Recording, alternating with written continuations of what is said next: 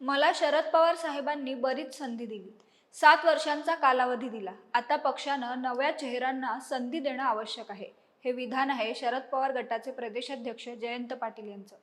थोडक्यात काय तर मला प्रदेशाध्यक्ष पदातून मुक्त करा अशी सादच त्यांनी शरद पवारांना घातली.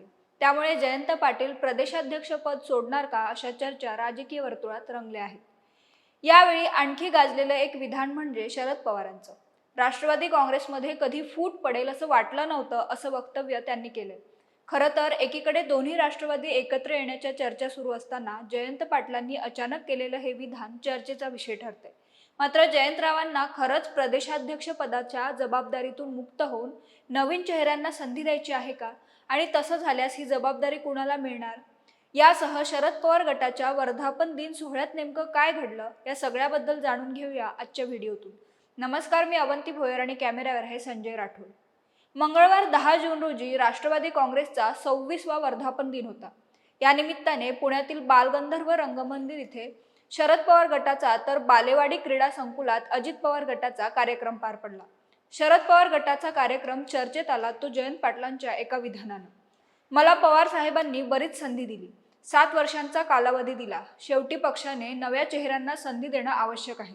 या निमित्ताने आपल्या सर्वांसमोर साहेबांना एवढीच विनंती करेन की असं म्हणताच जयंत पाटलांच्या कार्यकर्त्यांनी सभागृहातच जोरदार घोषणाबाजी करण्यास सुरुवात केली. त्यानंतर ते म्हणाले की शेवटी हा पक्ष शरद पवार साहेबांचा आहे, त्यामुळे तेच याबाबत निर्णय घेतील. थोडक्यात काय तर जयंत पाटलांनी एक प्रकारे प्रदेशाध्यक्ष पदातून मुक्त करण्याची विनंतीच पवारांकडे केली. यावर शरद पवारांनीही लगेच प्रतिक्रिया दिली. आपल्या भाषणात ते म्हणाले की गेली 8-10 वर्षे जयंतरावांनी अत्यंत प्रामाणिकपणे संघटनेचं काम केलं. जयंत पाटील यांनी मला सांगितलं की आता नव्या पिढीला संधी द्या. याबाबत प्रमुख सहकाऱ्यांना एकत्र घेऊन त्यांच्याशी आणि सर्वांशी सुसंवाद साधून सामूहिकपणानं या संदर्भातील निर्णय घेऊ. हा निर्णय घेत असताना प्रत्येक तालुक्यात आणि प्रत्येक जिल्ह्यात नवीन चेहरे दिसले पाहिजेत. माझी खात्री आहे की कर्तृत्व असलेले हजारो तरुण कार्यकर्ते आज आपल्या पक्षात आहेत. त्यांना संधी देऊया, मार्गदर्शन करूया आणि त्यांच्यातून राज्य चालवण्याची कुवत असलेले नेतृत्व राष्ट्रवादी काँग्रेस पक्ष देऊ शकतो हा इतिहास निर्माण करायचा आहे. त्यासाठी तुमच्या सगळ्यांची तयारी असली पाहिजे असं शरद पवार म्हणाले. खरं तर शरद पवार गटाच्या विधानसभेतील पराभवानंतर प्रदेशाध्यक्षांवरच जबाबदारी ढकलण्यात आली. त्यामुळेच मागच्या काळात जयंत पाटलांचं प्रदेशाध्यक्ष पद धोक्यात असल्याचंही बोललं गेलं.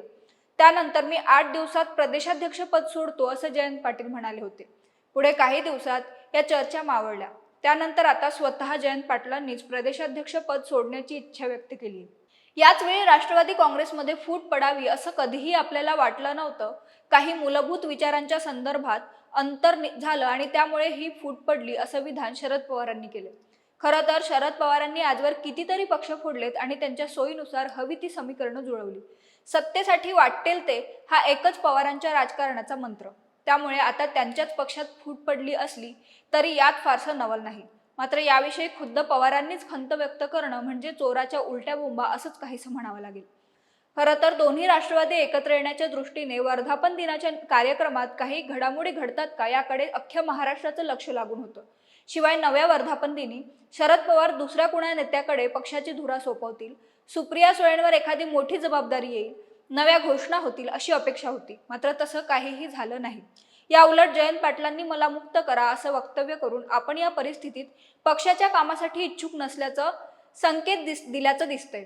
दुसरीकडे गेल्या अनेक दिवसांपासून एखाद्या मोठ्या जबाबदारीच्या प्रतीक्षेत असलेल्या रोहित पवारांकडेही कुठलीच महत्त्वाची जबाबदारी यावेळी देण्यात आली नाही.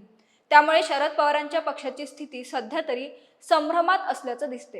ही सगळी परिस्थिती पाहता तुम्हाला काय वाटतं?